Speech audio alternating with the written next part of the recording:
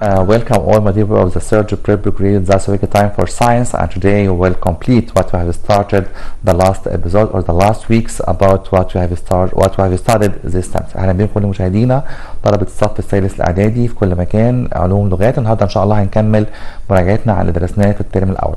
So now let's start without delaying. The first question, which is the complete the following sentences. Please read the question carefully to answer it correctly, and please answer more questions and practice more and more to prepare yourself for the next exam inshallah.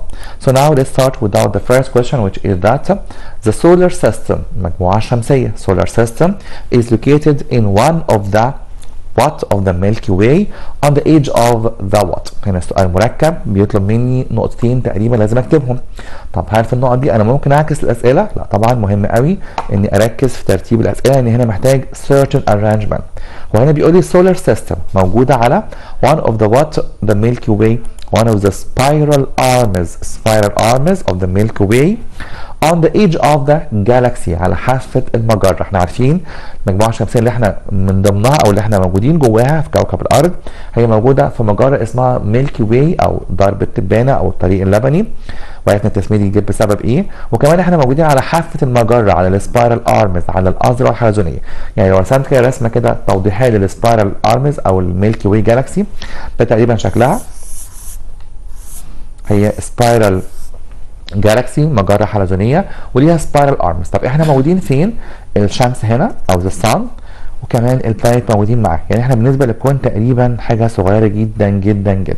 مش عايز اقول كلمة ولا حاجة طبعا، بس هي الحقيقة فعلا كده. احنا بالنسبة للكون very small and very tiny object compared to the rest of the universe. احنا بالنسبة للكون حاجة صغيرة جدا جدا جدا. تاني، the solar system is located on one of the spiral arms of the Milky Way galaxy on the edge of the galaxy.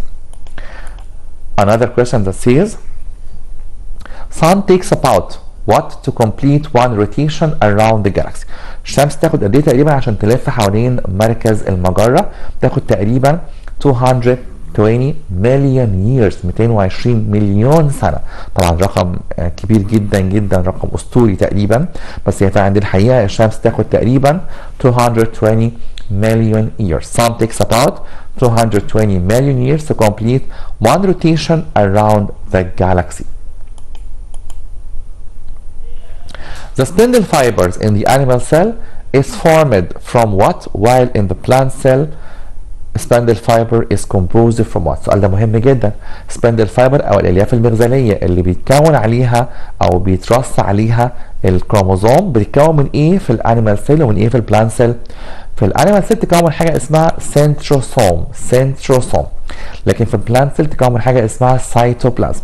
طب عايز افرق هنا بينكم معاكم يعني ما بين سنتروسوم وسنترومير. سنتروسوم ده الجزء اللي هيكون السباندل فايبر في الانيمال سيل، لكن سنترومير ده الجزء اللي موجود او هو اللي بيربط التروكروماتيدز في الكروموزوم نفسه. ناخد بالنا كويس قوي من الكلمتين يمكن متشابهين شويه في السبيلنج، كروموسوم او سوري سنتروسوم وسنترومير. تاني انا بقول هنا spindle fiber in the animal cell is formed from what? From centrosome, while in the plant cell is formed from what? From the cytoplasm.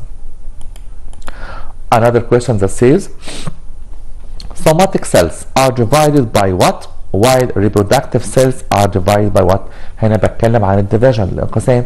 احنا درسنا نوعين من الديفيجن، نوع اسمه مايتوزس ونوع اسمه مايوزس. طب ايه الفرق بينهم؟ السوماتيك سيل فيها ديفيجن اسمه مايتوزس، بيحصل فيها ديفيجن او انقسام اسمه مايتوزس ديفيجن. طب الريبرودكتيف سيل ديفيجن تاني اسمه مايوزس ديفيجن. طبعا ممكن كمان نسمي الميتوزس مايتوتيك، ممكن كمان نسمي الميوزس مايوتيك. ناخد بالنا ان كل واحد ليه اكتر من اسم. ممكن كمان نسمي الميتوزس indirect division او انقسام غير مباشر، لكن ممكن نسمي الميوزس ريدكشن ديفيجن، انقسام اختزالي لانه بيقلل عدد الكروموزوم. كلمه ريدكشن معناها انقسام اختزالي. اختزالي يعني ايه؟ بيقلل الكروموزوم للنص تقريبا او النص بالظبط يعني عشان يكون نورمال سبيشيز او كائن حي طبيعي. somatic cell again divide mitosis division while reproductive cells divide by meiosis division. acceleration أو العجلة يعني أو التسارع is considered as one of the what physical quantities, while time is considered as one of what physical quantities. احنا عارفين كويس أو الاكسلريشن أو العجلة أو التسارع هي كمية فيزيائية متجهة. متجهة يعني فيكتور. يعني ايه فيكتور او متجهة؟ يعني هي بتحتاج عشان اعرفها قيمتها واتجاهها بحتاج اعرف حاجتين فيها هما الفاليو او القيمة وكمان الدايركشن الماجنتيود والدايركشن. لكن التايم عشان اقدر اعرفه انا محتاج بس الماجنتيود او الفاليو القيمه فقط لان ما عندوش اتجاه. يعني مثلا لو سالت حد قلت له هو اليوم كام ساعه هيقول لي 24 hours بس انا كده عرفت القيمه. لكن اتجاهه ايه؟ هو اليوم ليه اتجاه او الساعه ليها اتجاه؟ لا طبعا. اي سكيلر فيزيكال كوانتي ملهاش اتجاه. عشان كده التايم والماس والتمبريتشر والانرجي والديستانس واللينكس كل الحاجات ديت هي فيزيكال كوانتيز بس ملهاش اتجاه. عشان كده بنسميها سكيلر فيزيكال كوانتي. acceleration is a vector physical quantity لكن التايم هو scalar physical quantity. Scientists who established the modern theory about the evolution of the solar system. مين هو العالم اللي وضع النظرية الحديثة لتكوين المجموعة الشمسية أو السولار سيستم أو المودرن ثيوري؟ طبعا هو ألفريد هيل. ألفريد هيل وساعات بنسميه بعض المراجع فريد هايل. ناخد بالنا هو ليه اسمين في بعض المراجع مختلفين عن بعض شوية لكن هو نفس الشخص. ألفريد هيل is the same scientist of Fred Hoyle. ألفريد هيل أو فريد هايل. Again, the scientist who established the modern theory about the evolution of the solar system is Alfred Hell. The chemical structure of the chromosome is what and what. الكروموزوم بيتركب تركيب كيميائي من ايه وايه. هو بيتركب من جزئين مهمين قوي او حاجتين مهمين جدا هما دي ان ايه او دي اوكسي نيوكليك اسيد. ان شاء الله هنعرف بالتفصيل الترم الجاي وكمان في المرحله الثانويه في البيولوجي ايه حكايه الدي ان ايه وتركيبه ايه وكمان حاجه اسمها بروتين او بروتين. The chemical structure of the chromosome is DNA and protein. لكن لو قال لي the chromosome consists of what هقول له two chromatids and centromere. هنا انا بتكلم عن التركيب الكيميائي يعني التركيب الداخلي للكروموزوم من جوه تركيبه الكيميائي. لكن لما اقول الكروموزوم نفسه بيتكون من ايه؟ هو بيتكون من two chromatids and centromere. هو عامل زي المقص كده تقريبا بيتكون من فرعين كل فرع اسمه كروماتيد وكمان مربوطين كده بالنص بمسمار كده يعني لو شبهناه كده يعني اسمه سنترومير. لكن تركيبه الكيميائي هو DNA and protein. correct underlined word. هنا بقول لك صحح الكلمه تحتها خط فمطلوب مني اصحح الكلمه تحتها خط بس. لكن هل ممكن اصحح اي كلمه ثانيه في الجمله؟ لا طبعا. انا بقول لك correct the underlined word or the underlined words. The first question that says the relative speed of a moving car to an observer at rest is less than the real speed. السرعه النسبيه لاي عربيه او سياره متحركه بالنسبه للملاحظ او الاوبزرفر at rest. الملاحظ ده لو هو at rest بيكون اقل من السرعه الحقيقيه. طب ناخد اكزامبل كده عشان نوضح القصه ديت. لو فور اكزامبل قدامي كار زي كده اوكي تمام الكار دي سرعتها مثلا فور اكزامبل 60 كيلومتر بر اور ولو في اوبزرفر هنا شخص بيلاحظها كده واحد واقف هنا في الطريق اوكي هو ما دام هو standing on the ground او at rest يبقى هو زيرو. طب السرعه النسبيه هنجيبها ازاي؟ تعودنا بنجيبها دايما كده. هقول relative speed equal 60 كيلومتر minus 0 so it will be 60 كيلومتر per hour. طب هنا السرعه النسبيه طلعت كام؟ طلعت نفس السرعه الحقيقيه للشخص ده او للعربيه يعني. معنى كده ان هي less than ولا more than ولا equal؟ طبعا هي equal to the real speed. تاني كده the relative speed السرعه النسبيه of a moving car لاي حاجه متحركه to an observer at rest. نرجع تاني للسؤال to an observer at rest هو هنا كان بيقول لي is less. لا طبعا هي equal to the real speed. equal to the real speed. The theory that explains the origin of the universe is nebular theory. يعني بيقول لي النظريه اللي بتوضح تكوين الكون هي اسمها nebular theory نظريه السديم. لا طبعا هي اسمها big bang theory. Again the theory that explain the origin of the universe is nebular theory. طبعا هتكون اسمها بيج بانج ثيوري. بيج بانج ثيوري او نظريه الانفجار العظيم. The relative speed، السؤال ده متكرر. If the angle between the reflected light ray and the reflecting surface is 40, so the angle of incident equal 40. السؤال ده بيخدع طلبه كتير قوي. واحد يقول لي خلاص ما هي الانجل اوف ريفليكشن 40 يبقى الانجل اوف انسيدنس 40. لا بليز السؤال ده من فضلك ارسم الرسمه كويس قوي. هو بيقول لي angle between the reflected light ray and the reflecting surface. نرسم مع بعض. لو دي mirror وده incident light ray الشعاع الساقط، نرسم مع بعض بليز. وده الشعاع المنعكس اللي هنسميه reflected light ray. تمام. تاني كده ده mirror، ده reflecting surface اللي هو الميرور بتاعتنا. ممكن نسميها reflecting surface سطح عاكس او mirror surface. وده هنسميه incident light ray، ناخد رمز I مثلا. وده reflected light ray.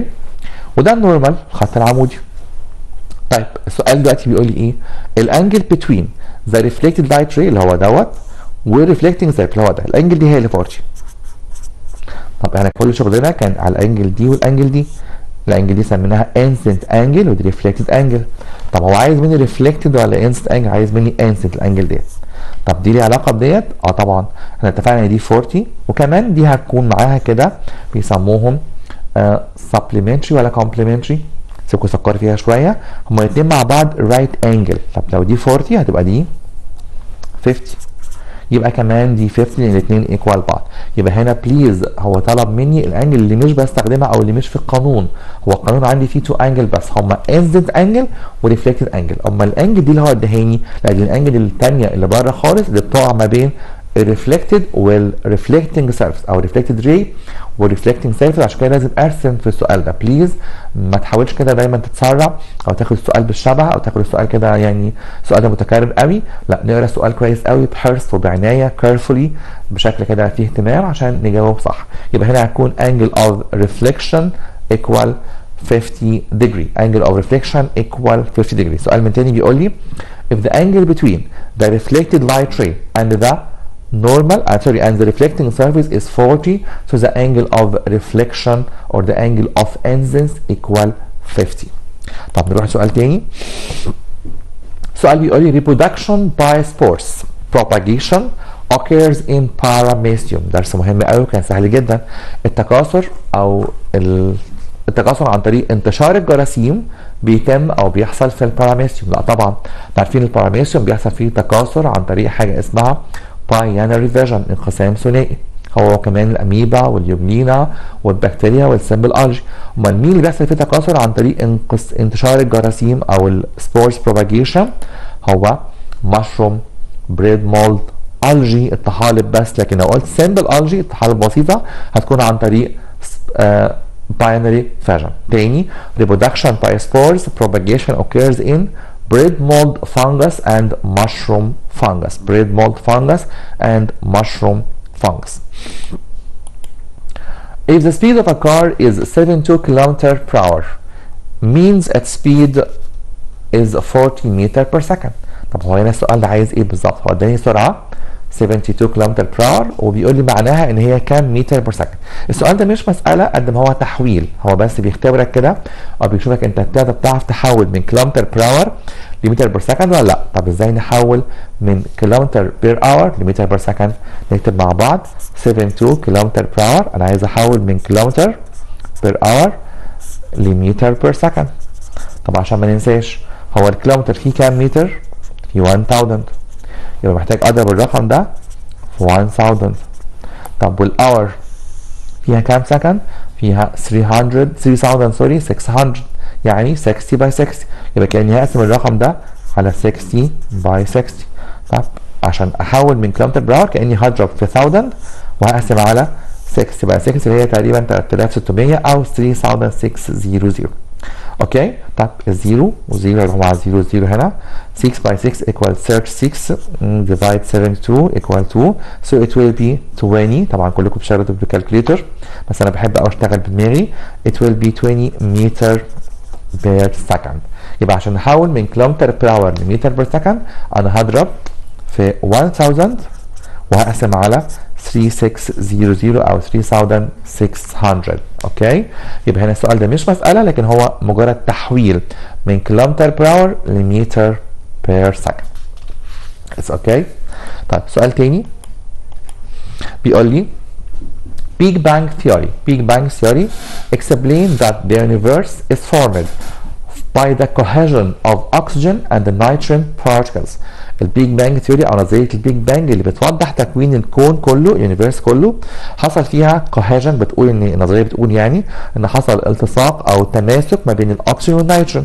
لا طبعا النظريه كانت بتقول ان ده بيزك جاسز، الغازات الرئيسيه في الكون كله هم hydrogen and helium. Hydrogen and helium is the basic gases that make cohesion with each other to form all the universe. The Big Bang Theory explains that the universe is formed by the cohesion of hydrogen and helium. By the cohesion of hydrogen and helium. Another question that says, the car which begins its movement from rest moves at uniform speed. طبعا هنا واضح ان في تريك، يعني خدعه كده عاليه قوي. بيقول العربيه اللي بتمشي او بتبدا الحركه من الريست، من الريست يعني من السكون، بتتحرك بسرعه منتظمه. لا طبعا مستحيل. طب ليه؟ ما دام قال لي moves from rest يبقى معناها ان v1 equal 0، يعني السرعه الابتدائيه equal 0. طب هيحصل ايه بعد كده؟ اكيد هيزود السرعه. يبقى هي ما عندهاش يونيفورم سبيد لكن عندها اكسلريشن. يعني ايه اكسلريشن؟ يعني عجله او تسارع، لان السرعه بتزيد او السرعه بيحصل فيها تغيير. وده تعريف اكسلريشن. يعني ايه اكسلريشن؟ is the change of the speed of the body during a period of time. هو تغيير سرعه الجسم اثناء فتره معينه. طب هنا كان بيقول لي ان السرعه كانت move from rest. move from rest معناها ان v1 equal 0. بعد شويه السرعه هتزيد، هتقل بقى وتزيد تاني. مش مشكلتي دي، المشكله ان هنا مفيش يونيفورم سبيد، مفيش سرعه ثابته. يبقى في حاجه اسمها اكسلريشن. يعني ايه اكسلريشن؟ بنسميها كده بالعربي العجله، بس مش معناها بايسكل يعني. لا، عجله معناها ان في تغيير في السرعه، واحد بيستعجل او ما بيستعجلش، يعني بيزود السرعه او بيقلل السرعه. واسمها العلم الادق كمان يمكن بدل عجله هنسميها تسارع. تسارع يمكن ادق شويه، او change in speed او acceleration، كلهم بنفس المعنى، يعني تغيير السرعه. يبقى acceleration العجله او التسارع هي معناها ان بيحصل change in speed during interval of time، اثناء وقت محدد. طيب سؤال تاني برضو بيقول لي contact lenses، العدسات اللاصقه can stick to the eye iris and can be removed easily. في حد فينا كده لو بيلبس glasses نظارة ممكن يستبدلها عن طريق بحاجة تانية اسمها عدسات او lenses، عدسات لاصقة. طب دي بتلتصق بعينيا انا في ايه بالظبط؟ بتلتصق بجزء في العين اسمه اي كورنيا، قرنية العين، ودي ممكن تتشال بسهوله، ممكن او ده لازم كمان تتشال بالليل يعني، ونحطها كمان في سوليوشن عشان نبدا نغسلها او نطهرها ونستخدمها اليوم التاني. يبقى contact lenses can stick to the eye cornea and can be removed easily from the eye. طبعا الكونتاكت لينس لازم تكون بلاستيك، ما ينفعش تكون جلاس او ازاز لانها ممكن تعمل واندز او جروح للعين. لازم تكون بلاستيك and it is used instead of the eyeglasses and it must be again made of plastic to be protected or to protect the eye from wounds. Another question that says، سؤال تاني بيقول لي chromosomes are arranged at the middle of the cell in the telophase. اول ما الاقي كلمه arrange of chromosome يعني كروموسوم هتترص في طابور كده، وشفنا فيديو حلو قوي للكلام ده اثناء الدراسه. كروموسوم بتترص في مرحله اسمها ميتافيز. ميتافيز هي مرحله الطور الاستوائي او مرحله الطابور زي ما سميناها كده مع بعض، دي المرحله اللي هنسميها ميتافيز. Chromosomes are arranged at the middle of the cell in the metaphase. اما مين هو التيلوفيز ده؟ دي اخر مرحله اللي هتكون فيها two identical nucleus او two identical cells، خليتين شبه بعض بالظبط. لكن ميتافيز هي مرحله الطابور اللي هتكون او اللي يحصل فيها arrangement of the chromosome. Acceleration is the actual length of the path that a moving object takes from the starting point of the movement to the end point. هنا بيقول الاكسلريشن هي الاكتوال لينس. طبعا لا، الطول الفعلي اللي بياخده الجسم او بياخده اي شيء بيتحرك من البدايه للنهايه ده بنسميه distance او المسافه. طب لو قلت displacement لا برضه غلط. displacement معناها الطول المختصر اللي بيسموه كده the shortest straight line او shortest length between start and end.